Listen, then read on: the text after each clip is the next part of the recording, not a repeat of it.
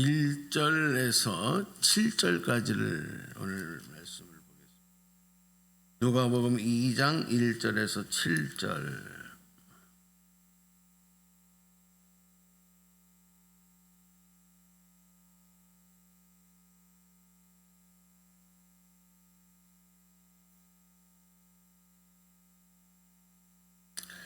찾으셨죠? 저하고 함께 합독하십니다. 수리내서 소리 맞추셔서 같이 읽어요. 1절부터 읽습니다. 그때에 가이사 아구스도가 영을 내려 천하로 다 호적하라 하였으니 이 호적은 구레뇨가 수리아 총독이 되었을 때에 처음 한 것이라.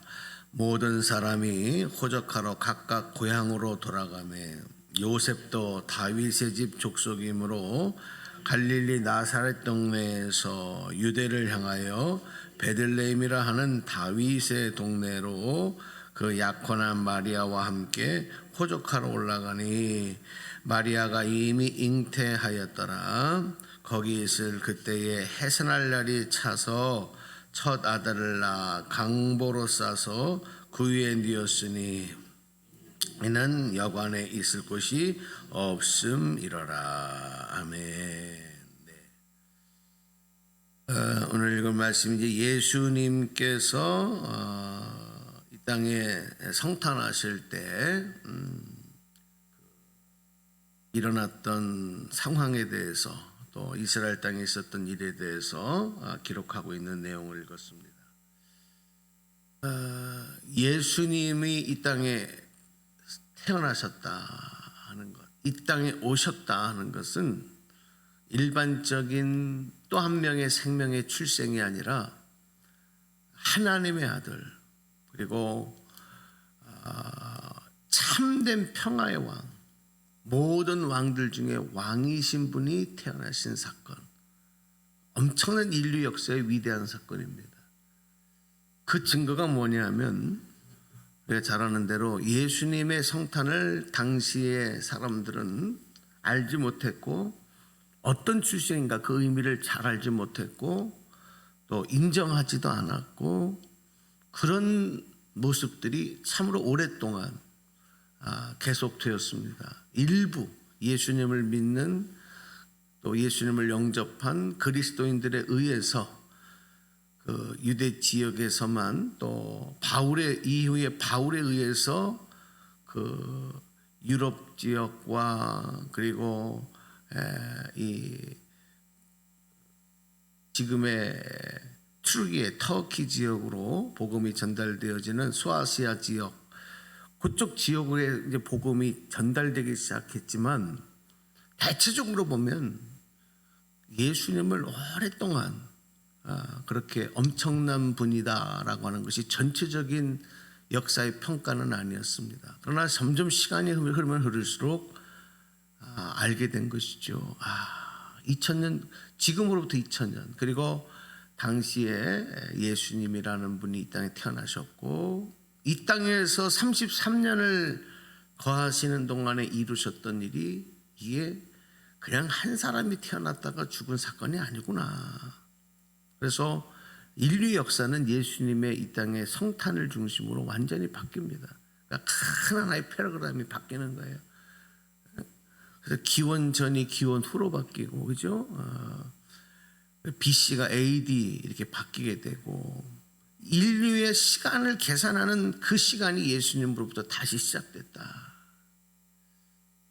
지금 우리가 보고 있는 모든 시간의 흐름도 월, 화, 수, 목, 금, 토, 일 이렇게 만들어진 시간들도 다 마찬가지예요. 주님의 이 땅에 오심과 부활의 사건, 이 모든 이것을 통해서 예수를 믿든지 믿지 않든지 그분의 오심의 그 영향력 안에 모든 일들이 이루어지게 돼 있었어요.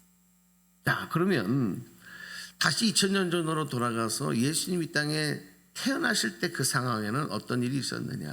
당시에 성경에도 나오지만 이 가이사 아구스도의 말 한마디에 온 백성이 움직이는 그런 상황, 정치적인 상황이었다. 당시 정치적으로는 이 유대 나라, 지금 이제 이스라엘이라고 부르는 나라를 당시에는 유대 나라라고 불렀는데 이 유대 나라가 로마의 이제 식민지로 있었고 이 유대 땅에는 로마의 그 명령을 받은 배송된 이런 분봉왕들이 총독들이 그 유대 땅을 다스리는 그런 상황이었습니다. 자, 그럴 때에 가이사 아구스토가 이제 명을 내리는데 그것은 다 뭐냐? 다 사람들마다 호적하라. 여러분 보세요. 지금 생각해 보면 우리가 이 시스템, 행정 시스템, 전자적인 시스템 이런 것들이 다 잘 돼 있기 때문에 뭐 이게 엄청 아무것도 아닌 것 같지만 그 당시에는요, 이 호적을 다 이 새로 만드는 일이, 호적의 이름을 올리는 일들이 그렇게 정상적으로 이루어지지 않은 거예요. 2000년 전에는. 그러니까 이게 좀 엄청난 행정적인 명령인 거예요. 이 나라가 온 나라가 들썩들썩한 거예요. 저희 나라도 우리 아시겠지만은 그래도 저희 세대까지만 해도 그런 게 별로 없는 것 같아요. 저희 세대만 해도 이미 국가적인 행정 시스템이 웬만큼 됐기 때문에 아이들이 태어나면 출생신고를 하고 호적의 이름이 올라가고 이런 것들이 이제 잘 됐었는데, 예전만 하더라도 저희 윗세대만 하더라도 당시에는 동사무소라고 했잖아요. 그죠? 다 수기로 다 손으로 썼어요. 출생신고에도 손으로 쓰고 뭐 인가물에도 다 손으로 쓰고 그랬어요. 얼마나 재미난 일이 있냐면, 이게 제가 어느 날 제가 이제 성인이 되고 나서 인감증명을 하나 떼러 갔는데, 이렇게 보니까 저희 그 이름이, 제가 이제 전씨 아니겠습니까? 전씨인데 원래가 저희가 온전전자를 한자로 쓰는데 그 본이 있어요. 그러니까 인감증명을 쓰면 그 본이 나오잖아요. 근데 저희가 정선전씨예요. 정선전씨. 그래서 그걸 띄웠는데 어느 날 가만히 이렇게 보니까 그게 잘못됐어. 뭐라고 써 있냐면 거기에 정선이 아니라 전성전씨 이렇게 돼 있어요.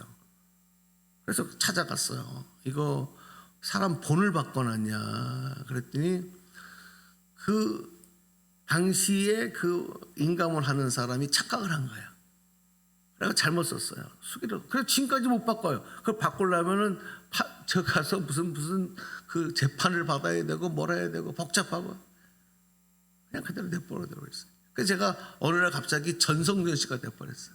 본이 바뀌어버려. 이게 뭐냐? 사람의 수기 하나 때문에 이렇게 되는 일들이, 행정 오류들이 많이 나왔다 이거예요. 근데 여러분, 온 나라 사람들이 모두가 다 각자 고향에 가서 호적을 하는 일들. 예수님의 어머니가 되는, 아버지가 되는 요셉과 마리아도 여러분 마찬가지로 호적하러 갔는데, 그들은 다윗의 혈통이었기 때문에 그들의 고향인 베들레헴이라고 하는 것으로 이제 가게 됐다 하는 거죠. 이제 4절에 그런 말씀이 있습니다.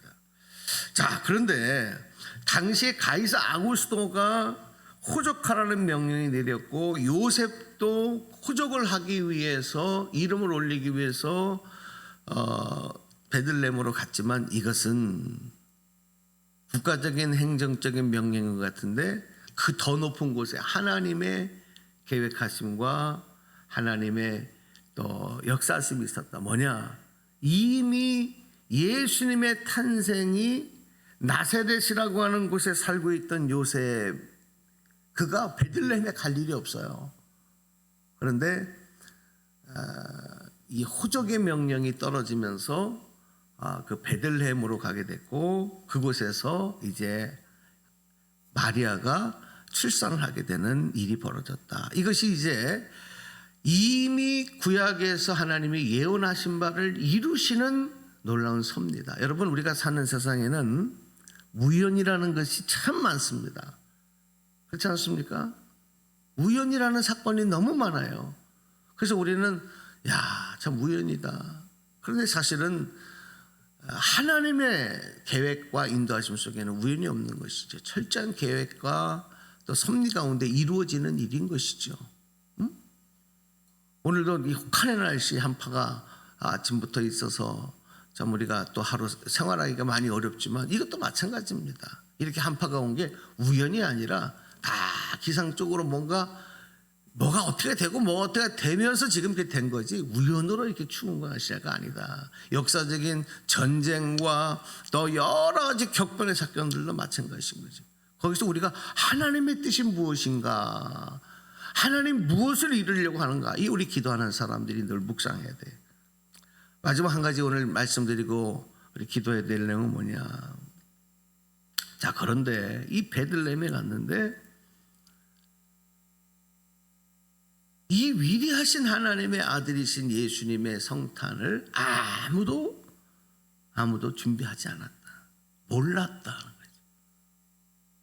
당시 유대 사람들은 그토록 목마르게 메시아를 갈망했어요. 우리를 이 어려운 정치적인 사회적인 상황에서 마치 오늘 어쩌면 이 땅에 사는 우리들의 모습과 마찬가지. 우리보다 아마 10배, 100배, 1000배는 더 간절하게 우리를 이 어려움의 생활에서 구원해줄 메시아. 그런데 막상 예수님이 어떤 분인지는 몰랐다. 그래서 예수님이 태어났을 방한칸이 없었다. 오늘 누가복음에서 그 얘기를 우리에게 하는 겁니다. 왜냐하면 7절 말씀을 보니까 우리 7절을 다 같이 한번 읽어요. 시작. 첫 아들을 낳아 강보로 싸서 그 위에 누웠으니 이는 여관에 있을 곳이 없음이로라. 사람들이 다 호적을 하러 한꺼번에 몰리니까, 그죠? 한꺼번에 몰리니까 숙소가 없는 거예요. 방 한 칸이 없는 거예요. 결국 예수님이 태어나신 곳은 우리가 잘 아는 대로 어디입니까? 마구간에서 마구간에 뭐 하는데요?